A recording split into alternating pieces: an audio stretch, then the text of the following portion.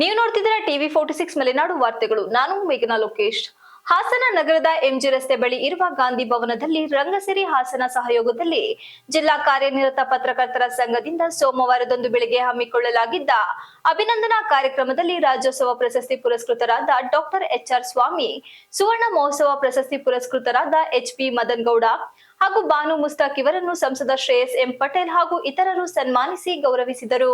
ಸಂಸದ ಶ್ರೇಯಸ್ ಪಟೇಲ್ ಮಾತನಾಡಿ, ಮೂವರು ಮುತ್ತುಗಳಿಗೆ ಸನ್ಮಾನಿಸಿರುವುದು ನನಗೆ ಸಂತೋಷ ತಂದಿದೆ. ಸಮಾಜದ ಏಳುಬೀಳುಗಳನ್ನು ನೈಜವಾಗಿ ತೋರಿಸುವವರು ಎಂದರೆ ಪತ್ರಕರ್ತರು. ಅವರ ಕ್ಷೇಮಾಭಿವೃದ್ಧಿಗಾಗಿ ಸರ್ಕಾರದ ಜೊತೆ ಪ್ರಾಮಾಣಿಕವಾಗಿ ಕೆಲಸ ಮಾಡಲಾಗುವುದು. ಪತ್ರಕರ್ತರ ಜೊತೆಗೂಡಿ ಖಂಡಿತವಾಗಿಯೂ ಬೆನ್ನೆಲುಬಾಗಿ ನಾವು ಇರುತ್ತೇವೆ. ನಿಮ್ಮ ಸಲಹೆ ಸಹಕಾರ ನಮಗೆ ಇರಬೇಕು. ನಾವು ತಪ್ಪು ದಾರಿಗೆ ಹೋದರೆ ತಿದ್ದುವ ಕೆಲಸ ತಂದೆ ತಾಯಿ ಬಿಟ್ಟರೆ ಪತ್ರಕರ್ತರು ಮಾತ್ರ ಎಂದು ಹೇಳುವುದಕ್ಕೆ ನನಗೆ ಹೆಮ್ಮೆ ಆಗುತ್ತದೆ ಎಂದರು. ಶ್ರಮಿಸುತ್ತಿರುವಂತಹ ಪತ್ರಕರ್ತರಿಗೆ ನಾವು ಬೆಂಬಲವಾಗಿ ನಿಲ್ಲುವಂತ ಕೆಲಸವನ್ನ ನಾವು ಮಾಡಬೇಕಾಗ್ತದೆ. ಯಾಕಂತ ಹೇಳಿದ್ರೆ ಸಮಾಜದ ಏನೇ ಅದು ಏಳು ಬೀಳುಗಳನ್ನ ಏನದು ನೈಜವಾಗಿ ತೋರಿಸುದು ಅಂತ ಹೇಳಿದ್ರೆ ಅದು ನಮ್ಮ ಪತ್ರಕರ್ತರು.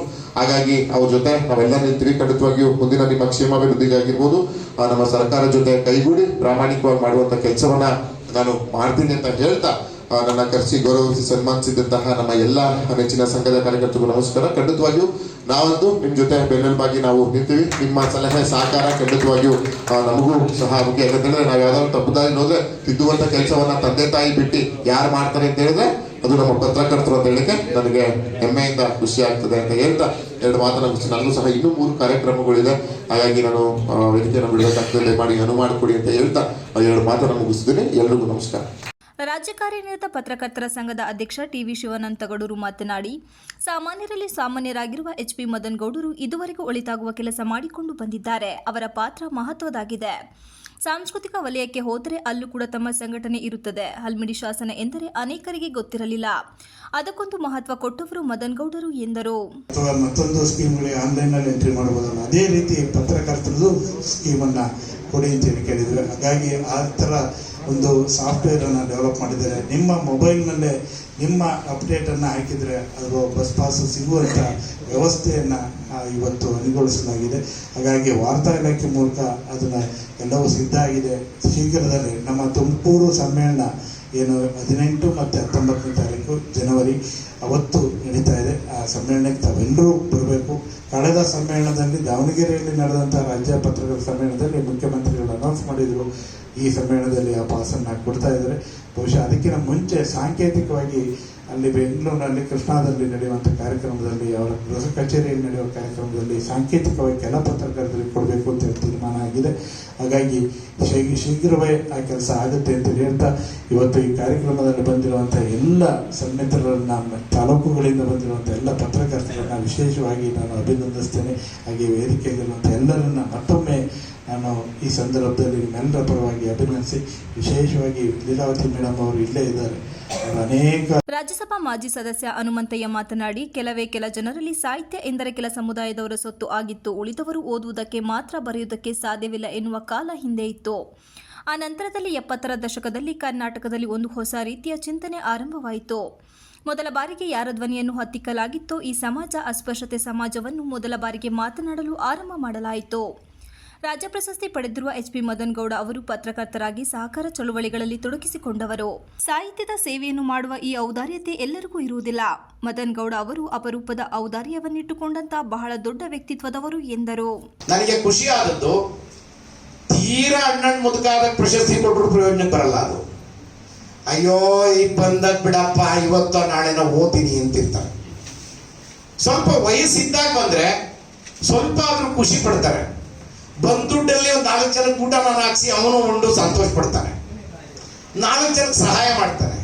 ಇನ್ನೂ ಮುಂದೆ ನಾನು ಮಾಡ್ಬೇಕಾದ ಕೆಲಸ ಬಹಳ ಇದೆ ಕಣ್ರಿ ಎನ್ನುವ ಹೆಮ್ಮೆ, ಅಭಿಮಾನ ಅವನಿಗೆ ಹುಟ್ಟುತ್ತದೆ. ಆದ್ರಿಂದ ತುಂಬಾ ಚಿಕ್ಕವರಿಗೆ ಕೊಡಬೇಕು ಅಂತ ನಾನು ಹೇಳೋದಿಲ್ಲ, ಆದ್ರೆ ಸ್ವಲ್ಪ ಸಾಧನೆ ಮಾಡಿದವ್ರಿಗೆ ಕೊಟ್ರೆ ಇನ್ನು ಹೆಚ್ಚು ನಿರೀಕ್ಷೆ, ಹೆಚ್ಚು ಕೆಲಸ ಅವರಿಂದ ಮಾಡಿಸೋದಕ್ಕೆ ಸಾಧ್ಯ ಆಗ್ತದೆ. ಅಂತ ಅವಕಾಶ ಮದನ್ಗೌಡ ಅವರಿಗೆ ಇವತ್ತು ಹಾಸನ ಜಿಲ್ಲೆಯಲ್ಲಿ ಬಂದಿರೋದು ತುಂಬಾ ಅವರು ಹೆಮ್ಮೆ ಪಡಬಹುದಾದ್ದು, ಹಾಸನ ಜಿಲ್ಲೆ ಕೂಡ ಹೆಮ್ಮೆ ಪಡಬಹುದಾದದ್ದು ಅಂತ ಹೇಳಿ ನಾನು ಭಾವಿಸಿಕೊಂಡಿದ್ದೇನೆ. ಅವರಿಗೂ ಕೃತಜ್ಞತೆಯನ್ನು ಸಲ್ಲಿಸಿ, ಈ 3 ಜನರನ್ನು ಕರೆದು ತಮ್ಮ ದೊಡ್ಡ ಮನಸ್ಸನ್ನ, ಉದಾತ್ತವಾದ ಭಾವನೆಗಳನ್ನ, ತಮ್ಮ ಏನು ಬಹಳ ಔದಾರ್ಯದಿಂದ ಅವರಿಗೆ ಅಭಿನಂದನೆ ಮಾಡ್ತಿರ್ತಕ್ಕಂಥ ರಂಗಸಿರಿ ಸಂಸ್ಥೆಯವರಿಗೆ, ಪತ್ರಕರ್ತರ ಸಂಘದವರಿಗೆ ನೀವು ಈ ಸೋಮವಾರ ರಾಜ್ಯೋತ್ಸವ ಪ್ರಶಸ್ತಿ ವಿಜೇತ HR ಸ್ವಾಮಿ ಮಾತನಾಡಿ, ಕನ್ನಡ ಎಂದರೆ ಕೇವಲ ಭಾಷೆಯಲ್ಲ, ಅದರಲ್ಲಿ ನೆಲ, ಜಲ ಇವೆಲ್ಲವೂ ಕೂಡ ಕನ್ನಡ. ಯಾರ್ಯಾರೋ ಭಾಷೆ ಉಳಿವಿಗಾಗಿ ದುಡಿದಿದ್ದಾರೆ, ಅವರನ್ನೆಲ್ಲ ಗೌರವಿಸಬೇಕು, ಸನ್ಮಾನಿಸಬೇಕು ಎಂದರು. ಅದರ ಉಳಿವಿಗಾಗಿ ಯಾರೆಲ್ಲ ದುಡಿದಿರ್ತಾರೋ ಅವರನ್ನ ನಾವು ಗೌರವಿಸಬೇಕು, ಸನ್ಮಾನಿಸಬೇಕು. ಆ ನಿಟ್ಟಿನಲ್ಲಿ ನೋಡಿ, ನನಗೆ ಇವತ್ತು ಅರಸೀಕೆರೆಗೆ ಸಾಲುಮರದ ತಿಮ್ಮಕ್ಕ ಅಂತ ಒಂದು ಬಾಕ್ಸ್ ಐಟಮ್ ಮಾಡಿ ರಿಪೋರ್ಟ್ ಮಾಡಿದಾರೆ. ಸಂಯುಕ್ತ ಕರ್ನಾಟಕದಲ್ಲಿದ್ದಂತ ಈಗ ಇಲ್ಲದ ಗೆಳೆಯ ಜಯಕುಮಾರ್ ಒಳ್ಳೆ ರಿಪೋರ್ಟ್ ಮಾಡಿದ್ರು. ಅದೇ ರೀತಿ ನನ್ನ ಜೊತೆನೆ ತಾಲೂಕು ರಾಜ್ಯೋತ್ಸವ ಪ್ರಶಸ್ತಿ ಪಡೆದಂತ ಅರಸೀಕೆರೆಯ ಗೋಪಿ, ಬಹಳ ದೊಡ್ಡ ಒಳ್ಳೆಯ ಹೃದಯವಂತ ಗೆಳೆಯ ಗೋಪಿನಾಥ್. ನಾವು ಯಾವುದೇ ಕಾರ್ಯಕ್ರಮ ಮಾಡಿದ್ರು ಅವ್ರು ಬಂದು ಕೂತು ಅದನ್ನ ರಿಪೋರ್ಟ್ ಮಾಡ್ತಾ ಇದ್ರು. ಅದೇ ರೀತಿ ಮಾಡಾಳ್ ಶಿವಣ್ಣ, ಅರಸೀಕೆರೆಯಲ್ಲಿರ್ತಕ್ಕಂಥ ಗೆಳೆಯರು. ನಾನು ಪ್ರತಿದಿನ ಬೆಳಗ್ಗೆ ನನ್ನ ವಾಕಿಂಗ್ ಶುರುವಾಗದೆ ಅವರೊಟ್ಟಿಗೆ ಕೂತು ಕಾಫಿ ಕುಡಿಯೋದ್ರಿಂದ ನನ್ನ ಹವ್ಯಾಸ. ಇವತ್ತಿಗೂ ಅವ್ರು ನನ್ನ ಟಚ್ ಅಲ್ಲಿದ್ದಾರೆ. ಕಾರ್ಯಕ್ರಮದ ಅಧ್ಯಕ್ಷತೆ ವಹಿಸಿ ಮಾತನಾಡಿದ ಜಿಲ್ಲಾ ಕಾರ್ಯನಿರತ ಪತ್ರಕರ್ತರ ಸಂಘದ ಅಧ್ಯಕ್ಷ KH ವೇಣುಕುಮಾರ್, ಪತ್ರಕರ್ತರಿಗೆ ವಿಮಾ ಬಾಂಡ್ ಸೌಲಭ್ಯ ಕಲ್ಪಿಸಲು ಜಿಲ್ಲಾ ಪತ್ರಕರ್ತರ ಸಂಘ ಮುಂದಾಗಿ ಯಶಸ್ವಿಗೊಳಿಸಲಾಗಿದೆ. ಈ ಕಾರ್ಯಕ್ರಮ ಹಮ್ಮಿಕೊಳ್ಳುವ ಮುಖ್ಯ ಉದ್ದೇಶ ವಿಮಾ ಬಾಂಡ್ ವಿತರಣೆ ಮತ್ತು ರಾಜ್ಯೋತ್ಸವ ಪ್ರಶಸ್ತಿ ಪಡೆದವರಿಗೆ ಸನ್ಮಾನ ಕಾರ್ಯಕ್ರಮವಾಗಿದೆ ಎಂದರು. ಮಾಡಬೇಕು ಅಂತ ಹೇಳ್ತಾ, ಹಾಗೆ ನಮ್ಮ ಜೊತೆ ಸದಾ ನಮ್ಮ ಎಲ್ಲರೊಂದಿಗೆ ಎಲ್ಲ ಕಾರ್ಯಗಳಲ್ಲಿ ಕೈ ಜೋಡಿಸ್ತಾ ಇರ್ತಕ್ಕಂಥ ಪ್ರೀತಿಯ ಮತ್ತು ಕ್ರಿಯಾಶೀಲ ಹಾಗೂ ಒಂದು ಸಂಭಾವಿತರ ವ್ಯಕ್ತಿಗಳು ಆದಂತ ಸನ್ಮಾನ್ಯ ಶ್ರೇಯಸ್ ಪಟೇಲ್ ಅವರು ನಮ್ಮ ಜೊತೆ ಇದ್ದಾರೆ.